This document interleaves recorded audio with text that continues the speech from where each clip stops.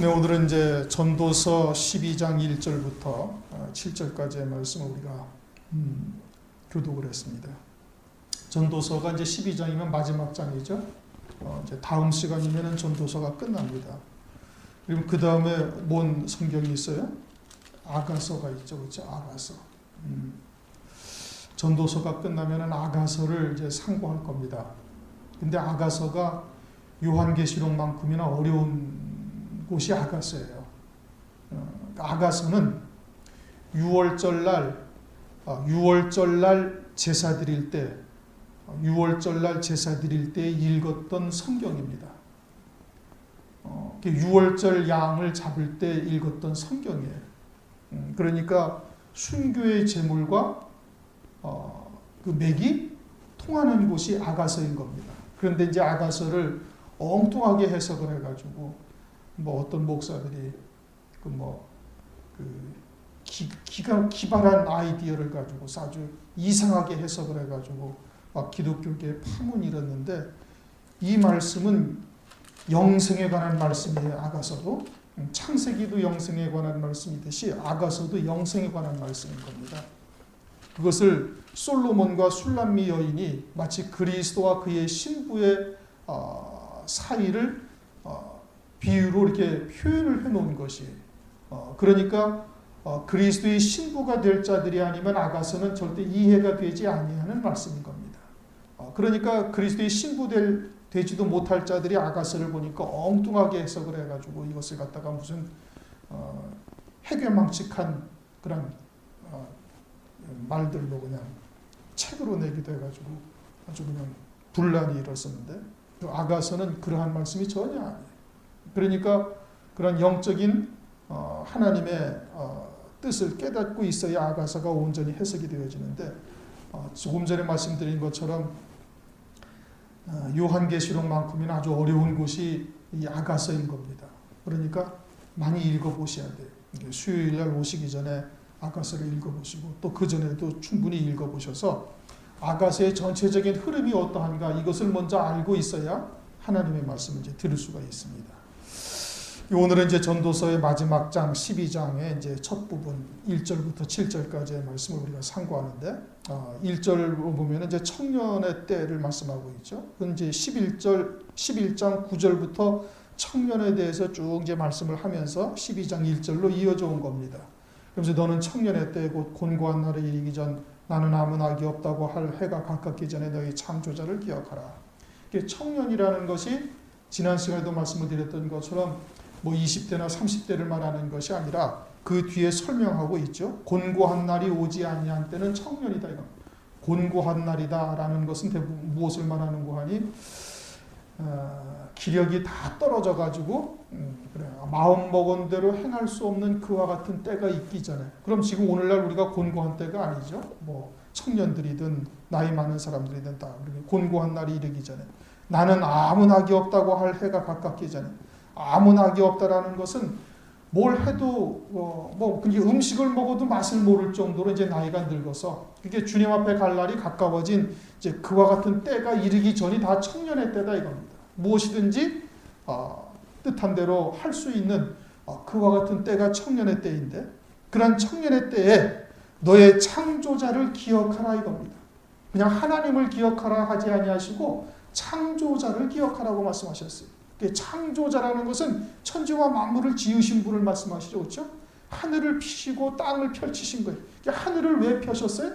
하늘을 펴신 것은 장차 하나님의 자녀들이 하늘나라에서 영생토록 누리게 되어질 복들을 예비해 놓으신 것입니다. 그게 하늘을 펴신 거죠.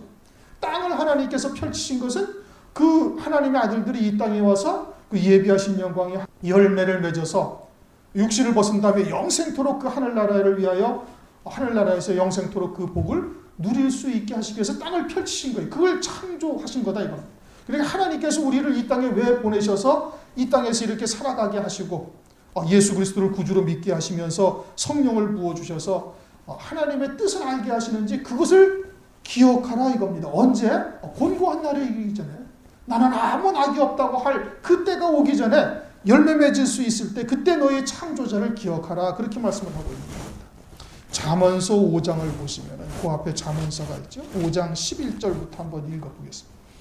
잠언서 5장 11절부터 14절을 우리 한번 읽습니다.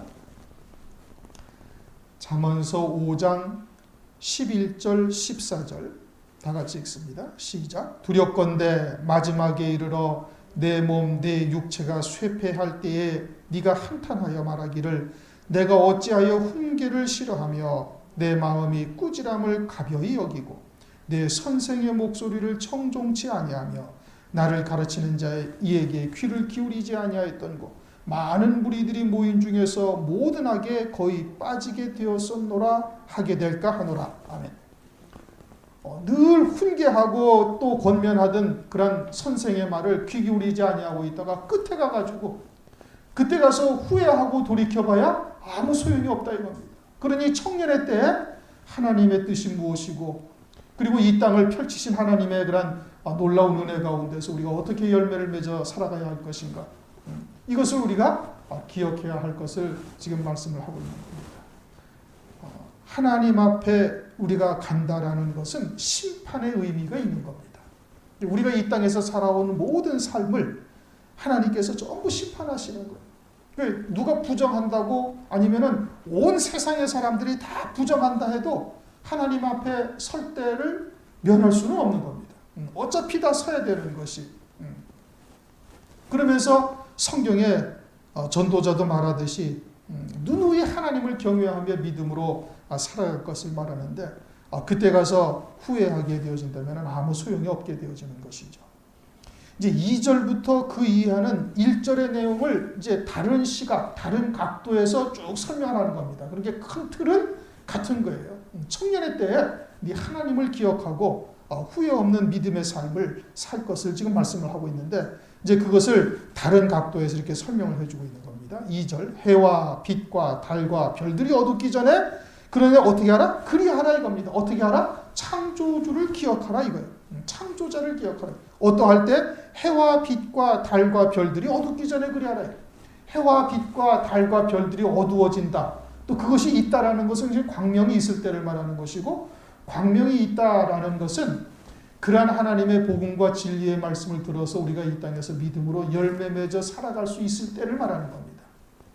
그렇게 하나님의 말씀을 듣고 믿음으로 받아서 깨닫고 믿음으로 받아서 열매 맺어 살아가는 날들이 되어지는데, 그런데 그것이 어두워진다라는 것은 그와 같은 하나님의 말씀을 듣지 못하는 것을 말하는 거예요. 진리의 역사, 광명의 역사가 사라질 때를 말하는 거예요. 그것은 개인적으로 죽음이 임할 때가 그런 겁니다. 이제 기력이 쇠할 때, 또는 나는 아무 낙이 없다라고 할 때가 되어지면 그때는 주님 앞에 갈 때가 되어지죠. 그때가 되어지면 열매를 맺고 싶어도 맺을 수가 없는 것이. 또 한 가지는 이제 마지막 온 세상에 이제 하나님의 진노의 심판이 임하게 되어지는데, 그와 같은 때가 임하게 되어지면 어둠이 펼쳐지는 것이죠. 이제는 마지막으로 두 증인이 전 3년 반에 살리는 역사를 하다가 하나님의 말씀을 증거하다가, 그때는 진리의 빛이 있지만은 두 증인이 순교하고 나면은 그때는 어떻게 되는 거예요? 어떻게 되는 거예요? 어두워지는 거예요. 완전히 흑암에 쌓이게 되어지는데, 그때는 회개하고 싶어도 회개하지를 못하는 거예요. 그러한 때가 되기 전에, 그런 때가 되기 전에 너의 창조자를 기억하라. 이제 그런 말씀인 겁니다. 뒤에 구름이 다시 일어나기 전에 그러하라. 비 뒤에 구름이, 비가 온다라는 것은 하나님의 이른 비와 늦은 비를 내려주시는 은혜의 역사를 말하는 겁니다. 신명기 11장 14절 말씀처럼 여호와께서 너희 땅에 이른 비와 늦은 비를 적당한 때에 내리시리니 너희가 곡식과 포도주와 기름을 얻을 것이요. 이는 하나님께서 우리에게 열매 맺게 하시는 은혜의 역사를 말하는 거예요. 그런데 비 뒤에 구름이 온다라는 것은, 그것은 다시 한번 또 비가 내린다는 것은, 그것은 심판의 비를 말하는 겁니다. 마치 노아의 홍수와 같이 은혜의 때가 끝나면은 심판의 때가 오게 되어지는 것이죠. 개인적으로도 그러하고 온 세계적으로도 은혜의 시대가 끝나면은 심판의 때가 오게 되어지는, 적그리스도의 환난으로 말미암아 하나님께서 심판의 때가 오게 되어지는데, 그러한 때가 임하기 전에 창조자를 기억하라. 3절 그런 날에는 집을 지키는 자들이 떨 것이니. 그런 날에 언제? 이게 창조자 앞에 서게 되어질 때, 그때 집을 지키는 자들이 떤대는 거예요. 집을 지키는 자들이라는 것은 땅 위에 자기 집을 지어놓고 그것을 지키고 있음을 말하는 거예요. 다시 말하면은 세상에 성을 쌓아놓고 세상에 보물을 쌓아놓고 그것을 지키고 있는 자들. 우리가 이 땅에 하나님께서 보내신 것은 하늘 위에 영생하는 처소를 예비케 하시기 위해서 이 땅에 보내신 것이죠. 믿음으로 열매 맺어서 영생을 누릴 수 있게 하늘 위에 속한 자로서 하늘 위에 처소를 짓게 하기 위해서 이 땅에 보내신 건데 땅 위에다가 집을 지은 거예요. 땅 위에다가 집을 지어놓고 그것을 지키는 자들이 그 마지막 심판의 때가 되어지면 어떻게 된다? 떨게 되어진다 이겁니다. 그 다음에는 뭐라고 말씀하고 있습니까? 힘 있는 자들이 구부러질 것입니다. 자기를 의지하고 자기의 권세가 있고 이렇게 재물을 의지하고 자기의 힘을 의지하고 또는 기타 등등 자기의 의로 살았던 모든 자들이 구부러질 것이다. 하나님께서 분질러 들이신다 이겁니다. 자기 힘으로 살던 자들이죠. 세상에 믿을 것이 있던 것들. 하나님을 의지하며 오직 믿음으로 살지 아니하는 그와 같은 모든 자들을 하나님께서 거꾸로 들이신다는 겁니다. 요한계시록 6장 15절에도 땅의 임금들과 장군들과 부자들과 강한 자들과 각 종과 자주자가 굴과 산 바위 틈에 숨어 산과 바위에게 이르되 우리 위에 떨어져 보좌에 앉으신 이의 낯에서와 어린 양의 진노에서 우리를 가리우라. 주께서 강림하실 때 그와 같이 진노의 심판받는 자들이 이렇게 하나님의 진노를 두려워해서 산과 바위 틈에 숨어가지고 이렇게 될 것을 말씀을 하고 있죠. 그래서 힘 있는 자들이 구부러질 것이며 맷돌질하는 자들이 적음으로 그칠 것이며 맷돌질 한다라는 것은 양식을 가는 것이요 이것은 주의 종들 교육자들을 의미하는 것이죠. 진리의 말씀을 나눠주어도 진리의 말씀을 받아들이고 믿음으로 받는 자들이 적어지는 겁니다. 점점 적어지는 것. 그래가지고 어떻게 된다? 그칠 것이며 종국에는 후 3년반 들어가기 전에 진리의 빛이 다 사라져버리게 되어지는 겁니다. 그쳐지게 되어지는 것이죠. 말세가 되어질 수 있도록 점점 기갈이 들어가는 겁니다. 그러니까 아모스서 8장 11절에도 마지막 때에 기근이 드는데 이것은 말씀이 없는 말씀을 듣지 못하는 영적인 기갈이 될 것을 말씀을 하고 있죠. 우리나라에 미국에서 선교사님들이 처음에 와가지고 순교하며 또 기독교가 전파될 때는 우리나라의 하나님의 말씀들이 이렇게 혼잡된 말씀들이 아니었습니다. 그때는 아주 순수한 진리의 말씀들이었어요. 그러니까 교회 안에서 세상의 것들을 절대 구하지도 아니했던 거예요. 그런데 우리나라가 경제가 부흥이 되고 발전이 되고 또 미국에서 그와 같은 물질 만능주의, 만몬주의 사상 같은 것이 함께 들어오면서 오늘날 하나님의 말씀이 전부 다 혼잡하게 되어진 겁니다. 누룩이 다 섞인 아주 그냥 혼잡한 말씀들이 되어졌는데 그러니까 어떻게 돼? 진리의 말씀이 점점 사고로 들어가는 거예요. 사라져가는 겁니다. 사람들이 다 그와 또 혼잡한 말씀들을 좋아하니까 진리를 찾지 아니하고 그러다가 결국은 어떻게 돼? 말씀의 기갈이 들고 후 3년반 되게 되어지면 이제 완전히 사라지게 되어지는 겁니다. 그 다음 창들로 내어보는 자가 어두워질 것이며 창들로 내어보는 자는 집을 짓고 그 안에서 창으로 밖을 바라보는 자인 겁니다. 집도 지었고 이제 편안하고 안락한 삶이 되어지니까 이제는 주의 뜻을 쫓아 하나님을 위하여 헌신해 볼까 하는데 그때는 이미 어두워졌다 이겁니다. 때가 이미 지나버리게 되어질 것을 말씀을 하고 있는 것이죠.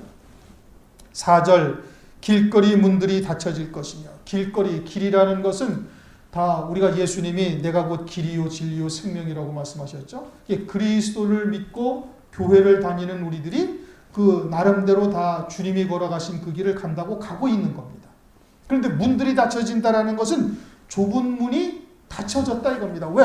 전부 다 진리의 말씀을 쫓지 아니하고 세상의 집을 짓고 일락을 쫓고 누룩이 섞인 떡을 먹고 살고 있으니 그것은 넓은 문, 넓은 길로 가는 것이니 좁은 문, 주님이 가신 좁은 길, 좁은 문은 다 닫혀지게 될 것이고 맷돌 소리가 적어질 것이며 맷돌 소리가 적어진다는 것은 그나마 복음과 진리의 말씀을 하나님께서 군데군데 남겨주셨는데 찾는 자가 점점 적어지니까 점점 이제 쇠퇴해져 가게 되어지는 것이죠.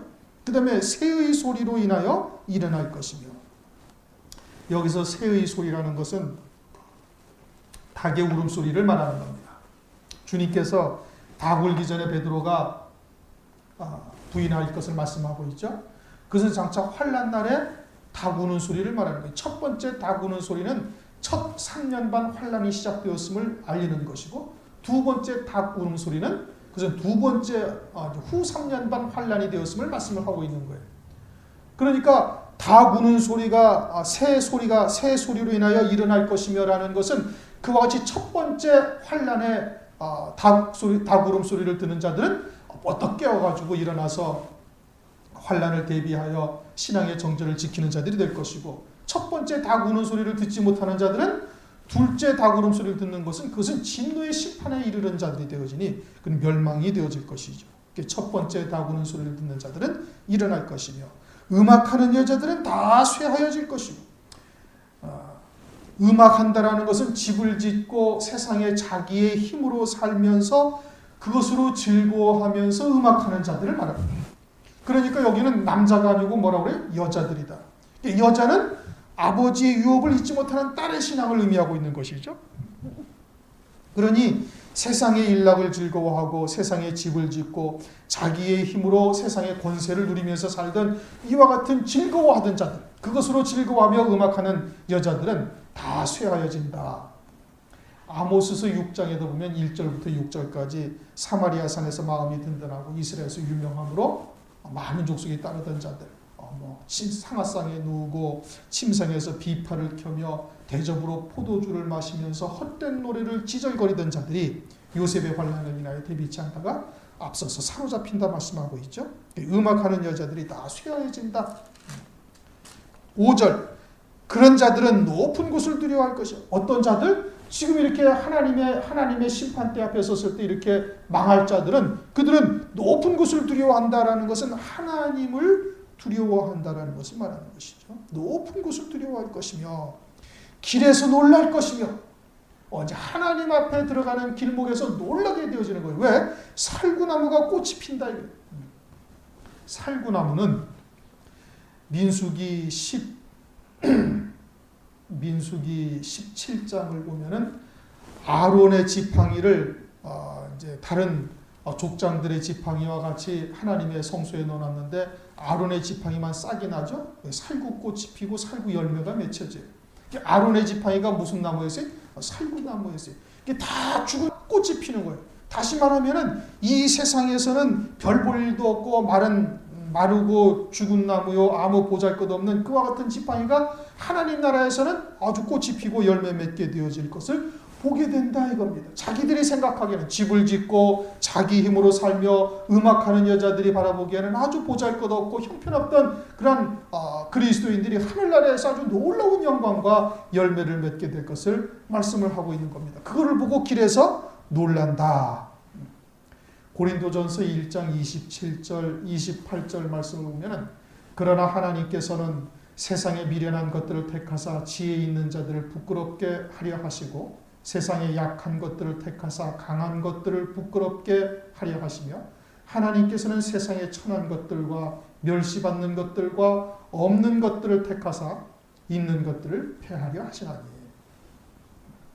하나님께서는 그처럼 약한 자, 멸시받는 자, 천한 자들을 들어서 있는 자들을 폐하실 것을 성경에 이미 약속을 하고 계셨어요. 하고 계시죠. 그리고는 우리는 그러한 하나님의 말씀을 믿는 겁니다. 그리고 반드시 그와 같은 역사가 있게 되어질 것이 마른 살구나무, 죽은 지팡이 같은 데서 꽃이 피고 열매가 맺게 되어질 것을 보고 세상에서 음악하는 여자들, 세상에서 집을 지키고 창으로서 밖을 내다보던 자들, 자기 힘으로 아주 그냥 권세를 부리면서 살던 자들이 깜짝 놀라게 되어질 것을 말씀을 하고 있는 겁니다.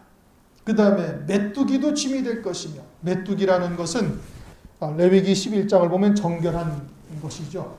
그래서 하나님께서 이스라엘 백성들로 하여금 먹는 것으로 하나님께서 주신 겁니다. 왜 메뚜기가 정결하냐면 뛰는 다리가 있기 때문에 그러는 거예요. 웅덩이가 있고 뭐가 있을 때 펄쩍펄쩍 뛰어넘을 수 있기 때문에 그러는데, 그런데 그 뛰는 다리가 짐이 된다는 거예요. 왜? 세상의 것으로 잔뜩 배불러 있어가지고 뛰는 다리조차 뛸 수가 없어가지고 질질 끌고 가게 되어지니 뛰는 다리조차 짐이 된다 이겁니다. 세상에서 집을 짓고 세상에서 자기 힘으로 살며 음악하는 여자들이 이와 같이 될 것을 말씀을 하고 있는 것이고, 원욕이 그치리니 이는 사람이 자기 영원한 집으로 들어가고 조문자들이 거리로 왕래하게 될 것입니다. 왜 원욕이 그쳐요? 육신의 장막을 벗으니까. 육신을 벗고 하나님 앞에 들어서니 영원한 집으로 들어가니 원욕이, 원이라는 것은 소원하는 바, 강렬하게 바라는 소원을 말하는, 욕이라는 것은 더 많이 하고자 하는 욕망을 말하는 거예요. 즉 하늘에 속한 자도 하늘에 산 소망을 바라보면서 더 많이 하나님께 영광을 돌리고 열매를 맺고자 하는 그와 같은 욕망도 육신의 장막을 벗고 나면 다 끝나는 거예요. 이제 사라지는 거예요. 또 세상의 것을 바라보고 세상에 더 많은 것을 이루고자 했던 그와 같은 것을 바라던 사람들도 육신의 장막을 벗고 영원한 집에 들어가게 되어지면 그와 같은 원욕이 다 끝나게 되어지는 겁니다. 그 원욕이 다 그치게 되어지는 거예요. 그러나 하늘에 속한 자로서 믿음으로 열매 맺고 살았던 자들은 낙원을 거쳐서 주님이 계신 곳으로 갈 것이고, 세상에 쌓아두며 세상의 것으로 즐거워하던 자들은 음부를 통해서 아주 부끄러운 구원을 받게 되어질 겁니다. 하늘나라에서 슬피 울며 이를 갈미 있게 되어지는 것이죠. 그곳이 영원한 집이다. 거기서는 누가복음 16장에도 구렁이 있어서 오고 갈 수가 없다고 그랬죠. 호화로에 연락하던 부자와 아브라함의 품에서 안식을 하며 기쁨으로 즐겁게 지내고 있는 나사로 사이가 눈이 빤히 보이는데도 큰 구렁이 있어서 오고 갈 수가 없다. 그처럼 거기에서는 영원히 부끄러운 구원을 입은 자들은 그 자리에서 올라올 수가 없고, 또 아브라함의 품에서 기쁨으로 낙원에 있는 자들은 음부로 내려갈래야 내려갈 수가 없게 되어진다. 영원한 집으로 돌아간다. 그리고 조문자들이 거리로 왕래하게 됩니다. 조문자들은 그렇게 죽은 자들을 바라보면서 그들의 삶을 통해서 보고 깨달아야 되는데 깨닫지 못하고 또다시 넓은 길 멸망의 문을 들어서 또 왕래를 하게 되어지는 거예요. 또 믿음으로 살던 자들은 그 길로 가는 겁니다. 그렇게 조문자들이 거리로 왕래한다 이겁니다. 광야교회를 하나님께서 사도행전 7장 38절에 광야의 이스라엘 백성들을 광야교회라고 말씀하시는 것은 오늘날 교회들이 광야 이스라엘을 보고서 교훈으로 삼으려는 겁니다. 그들이 하나님의 인도하심을 따라 가나안 땅으로 발걸음을 옮기고 있었지만은 그 중심은 애굽을 늘 동경하고 있다가 결국은 광야에서 다 쓰러져서 멸망당했고, 겨우 두 사람만, 출애굽한 사람들 중에 겨우 두 사람만 가나안 땅에 들어갔어요. 교회가 오늘날 그와 같다라는 것을 그림자적으로 보여주셨으니 그들을 통해서 오늘날 우리의 신앙이 어디에 자리하고 있는지를 봐야 되는 거거든요. 그런데도 어떻게 지금도 교회들이 멸망당한 그들의 길을 그대로 뒤를 쫓고 있는 겁니다. 그 조문자들이 왕래를 하고 있는 거예요. 그러나 하나님께서 지혜와 은혜를 베풀어 주셔서 여호수아와 갈렙과 같은 믿음의 자리에 서고 또 가나안 땅에 이르게 되어지는 길이 무엇인지 깨닫는 자들은 또 그 길로 가는 거예요. 그렇게 각자 그 넓은 길이든 좁은 길이든 각자 알아서 왕래하고 있다 이겁니다.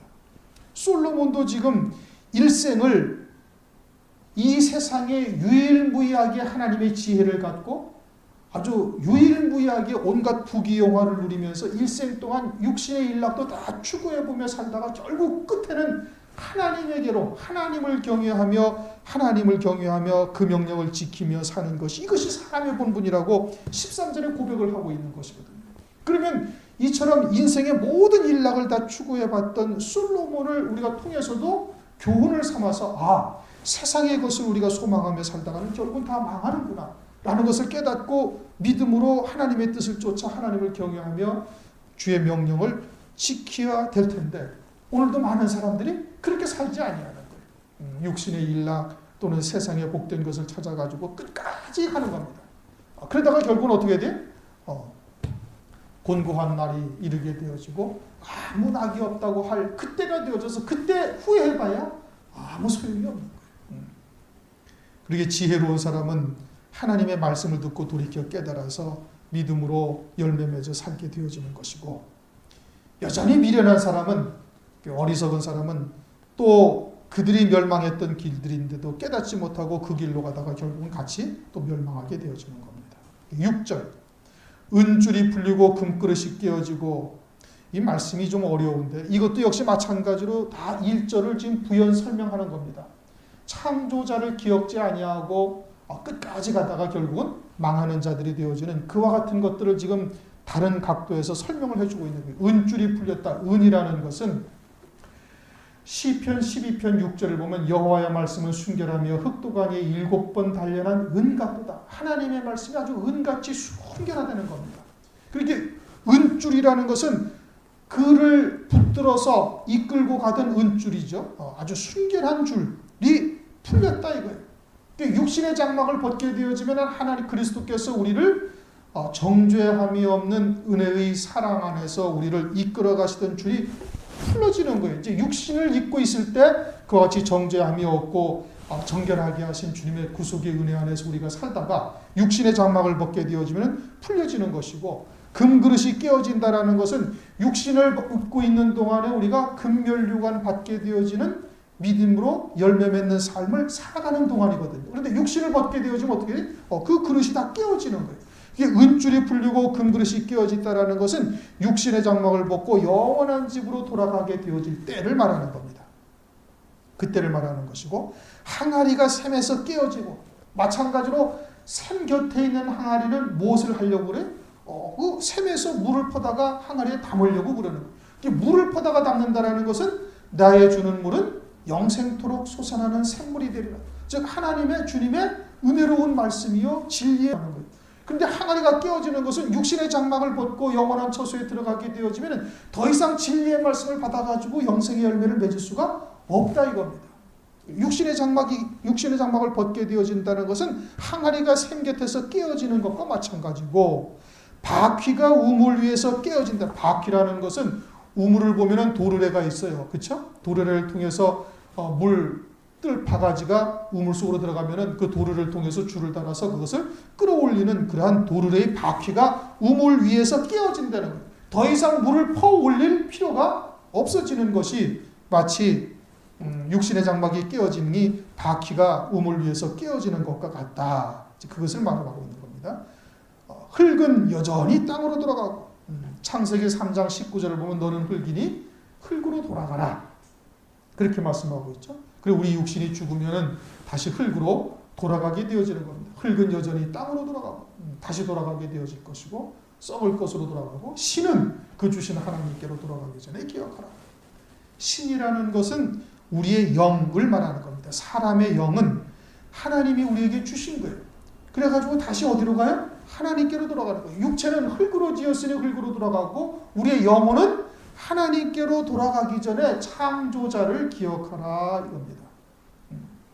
우리를 하나님께서 이 땅에 육신을 입혀 보내신 것은 창조자 하나님께서 하늘 위에 영원한 영광을 예비해 놓으시고 그것을 영생토록 누리도록 하시기 위해서 이 땅에 보내신 거예요.